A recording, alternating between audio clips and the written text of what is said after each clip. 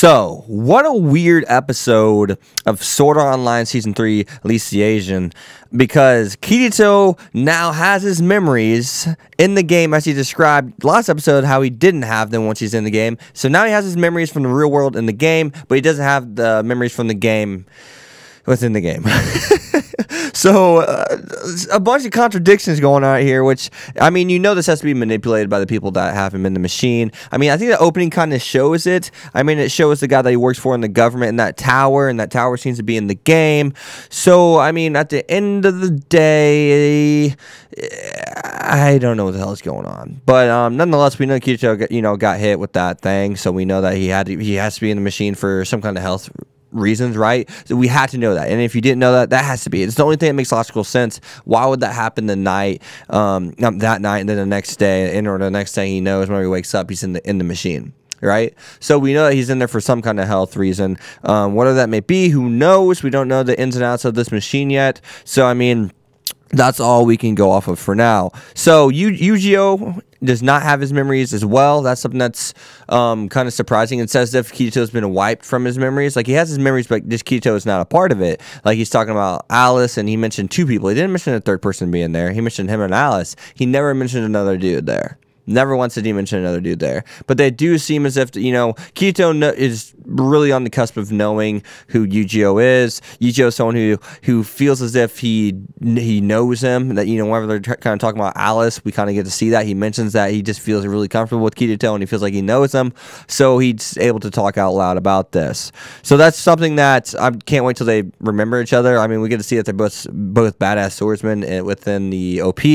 I mean, of course, Kirito, we already know he's a badass swordsman, and that's probably the key. Kirito's swordsmanship is probably essentially the key for him going, for him going to be able to get into the central town. And of course, Alice is alive. We know that. We get to see that in OP.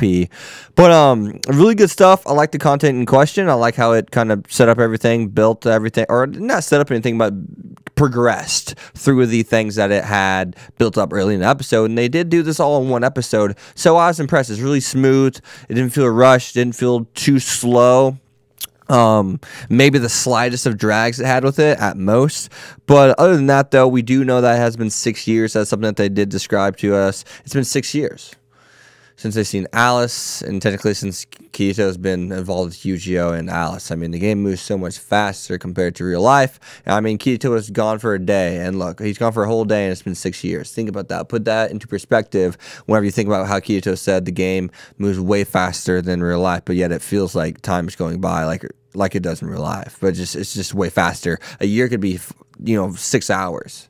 So that's pretty crazy to think about whenever you do think about it. I wonder, the show does make me wonder, is the taboo index, does it apply to Kirito now? I don't think it does. He has no calling. He has no nothing. So does the taboo index apply to him? I don't think it does, because if he's been basically wiped from this world, wiped from Yu-Gi-Oh's memories, and so on and so forth, and no one from the town remembers him, then he probably doesn't have a taboo that he has to face.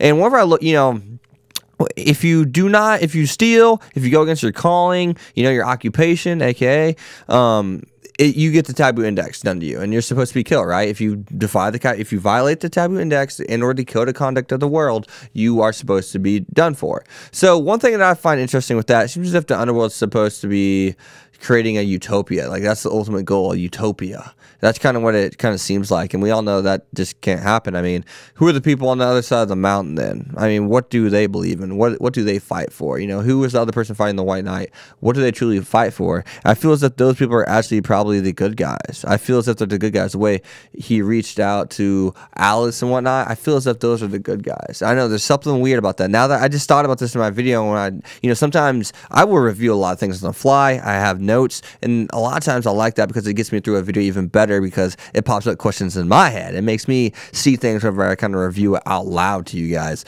and it makes me wonder, was that the bad guys, or was that the good guys?